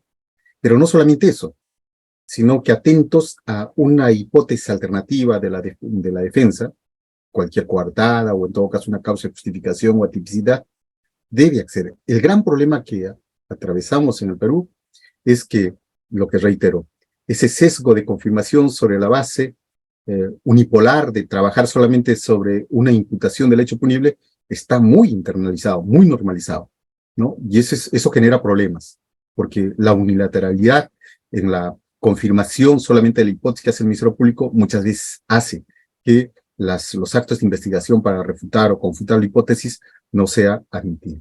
Muchas gracias. Excelente, maestro. Damos pase a César, por favor. Estimado César, está activo su audio. Muchísimas gracias. Tengan todos ustedes muy buenas noches. Doctor Francisco Celis, ¿cómo está? Muy buenas noches. Qué gusto conocerlo. Tengo la esperanza de que algún día ya en conferencia en vivo me pueda firmar el libro de imputación concreta, que lo estoy leyendo con mucho aprecio. Doctor Celis, mi pregunta es en torno al homicidio calificado por alevosía. La jurisprudencia es un poco contradictoria al respecto, ya que en algunas jurisprudencias señalan de que es necesario el elemento confianza, mientras que en otros solamente habla de ventaja. Esto me lleva a una reflexión. El tirador, con el francotirador, asesina con alevosía, es un homicidio simple. El que se oculta tras unas matas sin necesidad de haberlo llevado al bosque, de haberlo hecho dormir, de haberlo invitado, porque eso ya te genera el elemento confianza, ¿no? Para que yo me descuide. Sin embargo, si yo voy caminando de la mano y pasa, qué sé yo, el asesino X y me dispara sin que yo me dé cuenta, ¿comete alevosía? Esa es la pregunta, querido profesor. Muy bien, doctor, la pregunta. En efecto, tendríamos que regresar a esa clasificación. Recuerde usted que habíamos hablado de la hipótesis de alevosía proditoria o traicionera, o la sorpresiva o desvalimiento. De hecho, no se trata de desvalimiento porque la persona está caminando normal, no espera en absoluto. Tampoco es la proditoria o traicionera porque no ha generado una celada, sino sería sorpresiva, porque creo que a nadie que de pronto esté transitando por un lugar espera que de un lugar sorpresivamente aparezca un disparo, ¿no? Si es que tratamos de ser rigurosos en el empleo de los conceptos, asumo particularmente que la calificación sería de la alevosía sorpresiva. Esa sería la hipótesis. Muchas gracias, doctor. Excelente, maestro. Damos pase a César. César Zúñiga, buenas noches. Adelante, una pregunta y preciso. Profesor, ¿cómo está? Buenas noches. Felicitarle por la ponencia. Profesor, se ha abordado bastante el tema de del tipo subjetivo, del tipo durante la conferencia. Al respecto existe, como usted mismo lo ha señalado, diversas posturas, ¿no? En nuestros tribunales, en nuestro país. Se señala, o la dogmática actual señala que el tipo subjetivo tiene que ser probado.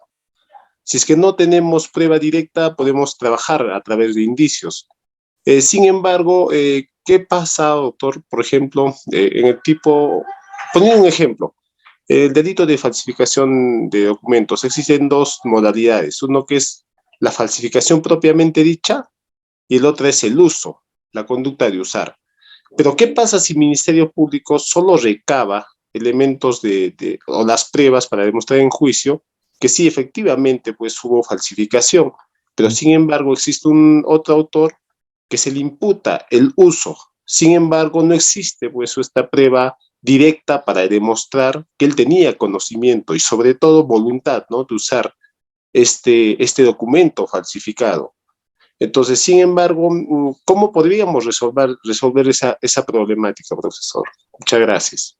A usted, doctor. Mire usted, partamos siempre de una concepción del mundo. El mundo objetivo existe independientemente de la conciencia humana, y eso es claro, pero ese mundo objetivo es cognoscible porque tiene las características de poder ser representadas mentalmente por nosotros, pero eso no supone que podamos tener un conocimiento acabado, real, de los hechos tal como acaecieron. Por eso es que, suscitado un hecho, lo que vamos a encontrar son algunos indicios, algunos vestigios.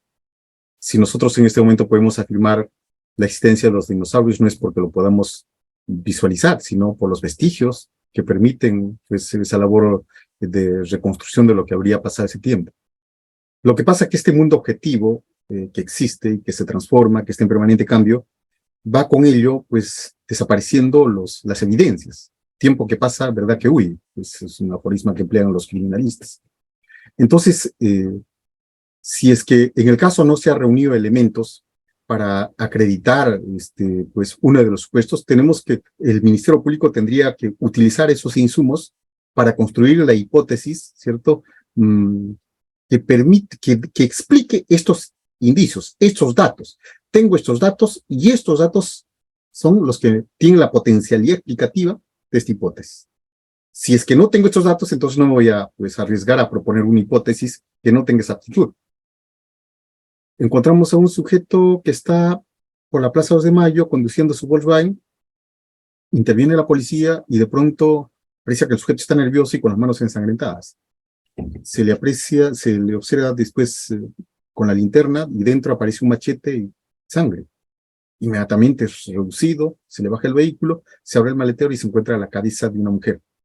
Lo que tenemos solamente son indicios. Pero es evidente que podemos hacer un proceso reconstructivo para ver que se habría cometido un feminicidio. Entonces, el tema está en qué es lo que tienes para que puedas postular una hipótesis. Y que esa hipótesis predictiva te permita a ti, ¿cierto?, realizar otros actos de investigación que sean corroborativos para que postules una pretensión. Es el problema. El problema, a fin de cuentas, es de razonamiento, de realizar inferencias. Y somos flojos en el razonamiento. Seamos claros en eso. Toda la discusión de razonamiento probatorio se ha centrado pues, a nivel de la audiencia, a nivel de la valoración probatoria cuando ya es muy tarde. Muchas gracias. Excelente, maestro. Damos pase a Wilmer. Estimado Wilmer, buenas noches. ¿Puedes activar tu audio? Una pregunta, por favor. Bien, buenas noches, doctor. ¿Sí me escucha? Un poco agudo, por favor, si podrías aumentar un poco más la voz. Ya. Doctor, muy buenas noches. Antes que nada, felicitarlo, justamente ha sido una ponencia muy excelente, más que sobre todo entendible. Mire, justamente como consecuencia de la pregunta anterior, quería traerle a colación un casito que se suscitó aquí en Lambayeque, que sucede el año...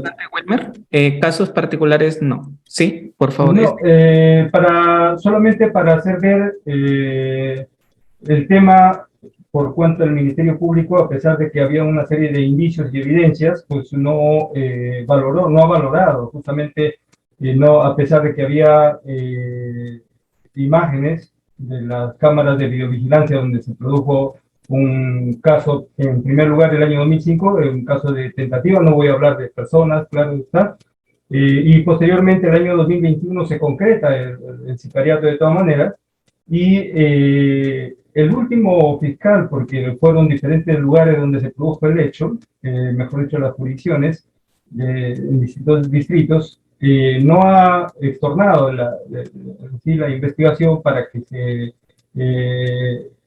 vea o se investigue en sede policial. Simplemente se ha quedado pues con todo lo actuado, ¿no? Entonces, en ese sentido, pues también hay parte de, supongo, de responsabilidad también por parte del Ministerio Público. No obstante, a pesar de que se ha hablado incluso hasta con el mismo coordinador de la Fiscalía del Ministerio Público, no ha extornado pues ese documento hasta la fecha, ¿no? A pesar de que pasado el tiempo incluso existen más evidencias tales como la obtención de proyectiles que han sido encontrados en otras escenas de crimen por el arma que ha sido utilizada. Pues, significa de que ese sicario aún sigue, ¿no? Utilizando el arma. Pero no obstante, a pesar de todo ello, pues el Ministerio Público no sé en base a qué no accionan en este momento, ¿no? Claro. En realidad lo que usted plantea es un problema justamente de la orfandad o la débil formación en razonamiento probatorio que se tiene para construir esa hipótesis de imputación, ¿no? Lamentablemente no hay una adecuada formación y a nuestros jóvenes fiscales se les nombra y no se les prepara mucho en esa ardua labor de inferencias, de razonamiento que supone la construcción del objeto del proceso precisamente al inicio, en los cimientos del edificio procesal, ¿sí? Esa es una falencia que se está atravesando. Este jueves, en la cátedra de los jueves, que es un grupo, perdón, es un programa del cual soy presidente de la Comisión de Capacitación, trabajaremos un tema, no vamos a trabajar, perdón, tenemos al doctor Gonzalo del Río Labarte que abordará ese tema. Está muy interesante. Gracias.